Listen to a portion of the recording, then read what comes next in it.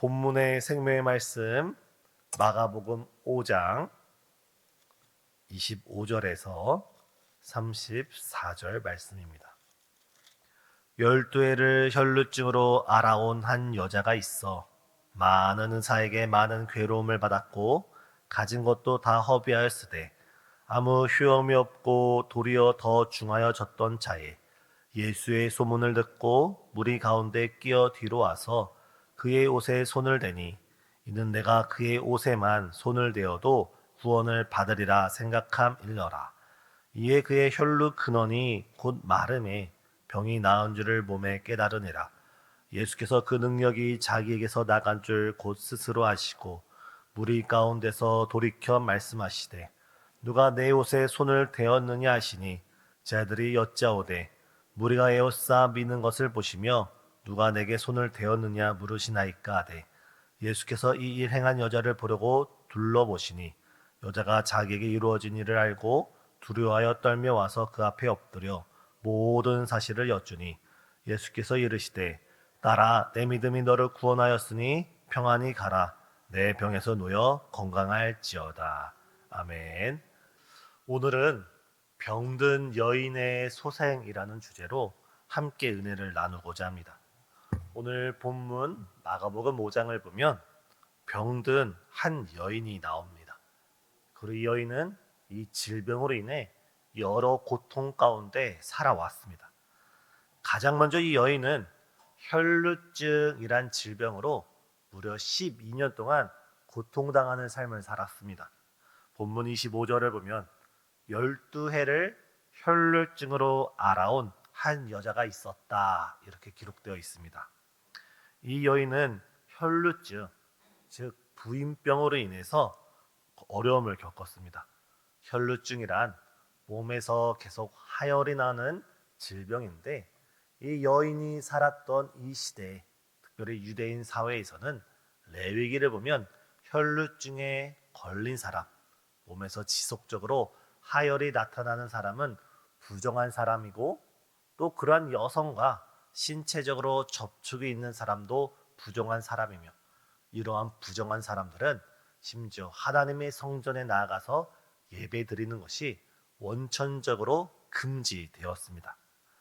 다시 말해 이 여인은 본인의 그 하열, 육체적 고통과 더불어서 또한 사회적 고통, 더 나아가 제사를 드리지 못하는 영적인 고통 가운데 살아왔던 것입니다. 그 기간이 얼마나 된다고 오늘 기록되고 있습니까? 무려 12년 동안 육신의 고통, 또한 사회적 고통, 또한 영적인 고통을 겪어왔다는 것입니다. 황금 같은 인생이 병으로 인해서 고통을 당한 것입니다. 이런 격언도 있지 않습니까? 돈과 명예를 잃어버리면 조금 잃어버리는 것이지만 건강을 잃으면 모든 것을 잃어버린다. 이 여인에게 있어서 이 12년이라는 삶은 마치 모든 것을 잃어버린 것 같은 삶과 같았을 것입니다. 또한 이 여인을 괴롭히는 것이 있었습니다. 바로 26절을 보면 많은 의사에게 많은 괴로움을 받았고 그 긴긴 12년 동안 자신의 그 질병을 고치고자 백방으로 알아보고 조금이라도 용하는 그 의사들을 찾아다녔지만 수단과 방법을 가리지 않고 자신의 질병을 치료할 수 있는 모든 방법을 동원해 보았지만 오히려 많은 의사를 찾아갈수록 더 많은 괴로움만 더할 뿐 자신의 몸에 어떠한 차도도 보이지 않았습니다. 그나마 가지고 있던 재산도 다 허비했습니다. 가지고 있던 재산을 허비했다는 것이 무엇입니까? 그녀의 고통이 가정의 경제적 빈곤까지 불러왔다는 것입니다. 그렇다면 이 여인, 육신의 고통, 때로는 사회적 고통, 영적인 고통과 더불어서 이미 마음의 깊은 고통 가운데 가족까지도 어려움을 겪던 이 여인이 어떻게 고침을 받을 수 있었을까요? 바로 오늘 본문 27절입니다. 본문 27절 첫 번째 문장을 보면 예수의 소문을 듣고 예수의 소문을 들었다 되어 있습니다. 사랑하는 성도님, 이 시간 예수님에 대한 말씀을 함께 듣는 저와 우리 성도님 되시길 바랍니다.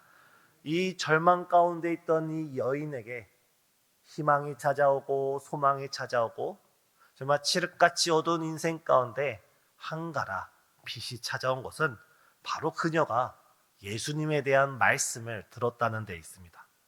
예수님께서 모든 병과 모든 약한 것을 고치신다는 그 소식을 듣게 되었고, 그 소식이 그녀에게 닿을 때 그녀의 심령 가운데 믿음으로 뿌리내리게 되었습니다.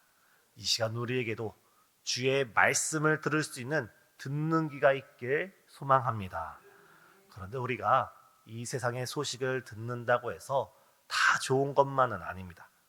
우리가 사탄의 속삭임에 귀를 기울일 때, 우리가 세상의 유혹에 귀를 기울일 때 우리의 믿음은 무너지게 되어 있고 우리의 신앙은 흔들리게 되어 있습니다.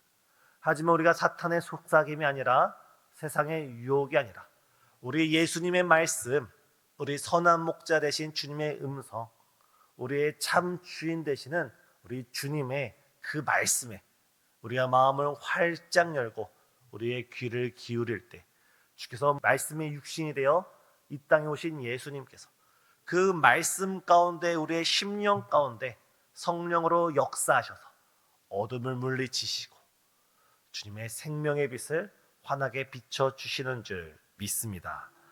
믿음은 들음에서 난다 했습니다. 믿음은 예수님에 대한 말씀, 성경 말씀을 읽고 들을 때 주님께서 성령의 역사로 선물처럼 우리 심령 가운데 믿음을 허락하여 주신다 했습니다. 이 여인이 예수님에 대한 말씀을 듣기 시작할 때 그녀 마음 속에도 성령의 충만한 역사 가운데 믿음의 역사가 시작되었습니다. 예수님에 대한 소문을 들을 때 내가 지난 12년 동안은 고통과 아픔 속에 지내왔고 수많은 실패와 절망 속에 지내왔지만 내가 예수님의 말씀을 듣다 보니 내가 지금 예수님께로 나아가기만 한다면, 내가 예수님의 뒤로 나아가서 예수님의 그 옷가락이라도 내가 붙잡기만 한다면 나에게 있는 이 모든 혈류병과 모든 고통이 사라질 것이다라는 확신이 생기게 되었습니다. 그래서 그녀는 수많은 장애물을 뚫고 수많은 위협을 감수하면서 예수님께 나아가게 되었고, 그것이 그녀의 질병을 고칠 수 있는 첫 단계가 되었습니다. 사랑하는 성도님, 지금 우리를 힘들게 하고 있는 삶의 문제가 무엇이 있습니까? 오늘 본문의 여인처럼 질병이 우리를 힘들게 하고 있습니까? 아니면 또 그 밖에 여러 문제가 우리에게 고통을 불러일으키고 있습니까? 우리도 말씀을 듣는 가운데 우리에게 가지고 있는 문제의 수는 다양할 수가 있어도 이 시간 우리가 믿음으로 예수님께 나아가고 믿음으로 예수님의 옷자락을 붙잡고 믿음으로 주 앞에 부르짖어 주님을 만나는 그 순간 주님께서 치유와 회복의 능력으로 우리와 함께하여 주시는 줄 믿습니다. 이 아침 오직 믿음으로 주님을 붙잡는 거룩한 이 시간 되게 예수님의 이름으로 축복합니다. 결국 신앙의 문제는 믿음의 문제입니다. 우리 주님께서 말씀하시길 히브리서에 믿음이 없이는 하나님을 기쁘시게 하지 못하나니 하나님께 나아가는 자는 반드시 그가 계신 것과 그가 자신을 찾는 자들에게 상 주시는 이심을 믿어야 된다고 했습니다. 우리 성도님께서 이 시간 믿음을 따라 이 새벽 예배에 나오시듯이 믿음을 따라 예수님을 만나고 돌아가시는 우리 성도님 되시길 예수님의 이름으로 축복합니다. 또한 그녀는 믿음을 따라 예수님께 가서 옷자락을 만졌습니다. 27절입니다. 물이 가운데에 끼어 뒤로 와서 그의 옷에 손을 대니, 여기서 손을 댔다는 것은 무엇을 의미합니까? 그녀가 말씀을 들을 때 자신의 마음에 소망이 생기기 시작했고 그 소망을 이루기 위해 계획을 세우고 방법을 구상했습니다. 하지만 거기서 머물러 있는 것이 아니라 그 구상을 실천적으로 행동으로 옮겼다는 데 있습니다. 이 여인은 소문을 듣는 데서, 마음으로 계획하고 소망을 가지는 데서 그치지 않고 그 당시 부정한 사람으로 도저히 예수님께 접근할 수 없는 상황이었지만 믿음으로, 순종으로 예수님께 나아갔다는 것입니다. 우리도 예수님의 옷자락을 만지겠다는 심정으로 이 시간 예수님께 부르짖어야 합니다. 예수님의 바지가락이라도 붙잡겠다는 심정으로 우리의 마음을 크게 부르짖어야 합니다. 오늘이 아니면 안 된다는 각오로, 지금이 아니면 안 된다는 마음으로 바로 오늘 이 시간 가운데 우리의 모든 문제를 주님께 부르짖는 이 시간 되길 바랍니다.